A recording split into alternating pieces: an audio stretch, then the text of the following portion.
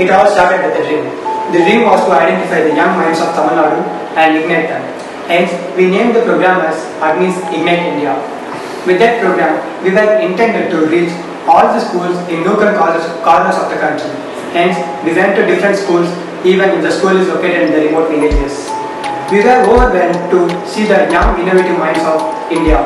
But we were wondering why such talents are not under limelight. Our team repeatedly asked that question to ourselves.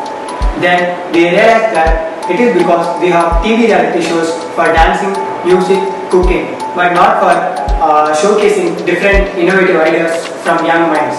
Hence, we decided to start a TV reality show program which will be the first of its kind to display the young innovations from school kids. So we named the TV program as Mungale Yaar Adutha Abdul Kalam, which means that who is the next Abdul Kalam among you. The program was later supported by United Nations Information Center for India and Bhutan, and the mission was supported by Agni College of Technology. So when we started this program, we had 120 kids from different parts of the country. We started with 120 kids. The program was inaugurated by our late president, Dr. APJ Abdul Kalam sir. So we made the kids to interact with them and inspire them. So after the inauguration program, we set everything ready for the TV show.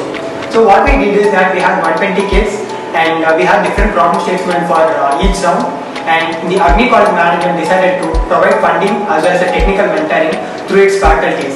When the show was started, we wanted something different in our TV show.